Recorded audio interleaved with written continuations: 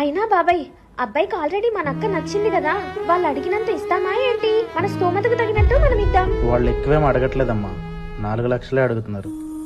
కానీ అది నాకు ఎక్కువే కదమ్మా. రాకేష్ వాళ్ళ నాన్నగారు మీరేనా? నేనే బాబు. రాకేష్ కి 2 నెలల క్రితం చచ్చిపోయాడు బాబు, యాక్సిడెంట్ లో. నాకు తెలుసు బాబాయ్, మేము టీడీపీ ఆఫీస్ నుంచి వచ్చాం. మీ అబ్బాయి సభ్యత్వం తీసుకున్నాడుగా, ఇదిగో 5 లక్షలు. 5 లక్షలా?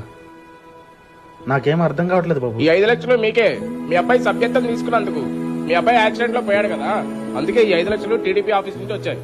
రేయ్, ఎక్కడికి వెళ్తున్నావు? అలా పార్టీ ఆఫీస్ దగ్గర వెళ్ళేసి వస్తా. భుజాన కండ వేసుకుని 24 గంటల ఆఫీస్ చుట్టూ తిరగడమేనా? వేరే ఏం పని లేదా నీకు?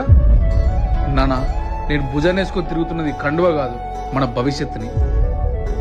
ఏదో ఒక రోజు నేను లేకపోయినా ఈ కండువ నా బాధ్యతను గుర్తు చేస్తుంది.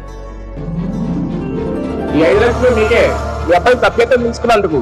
ఏదో ఒక రోజు నేను లేకపోయినా ఈ కండువ నా బాధ్యతను గుర్తు చేస్తుంది.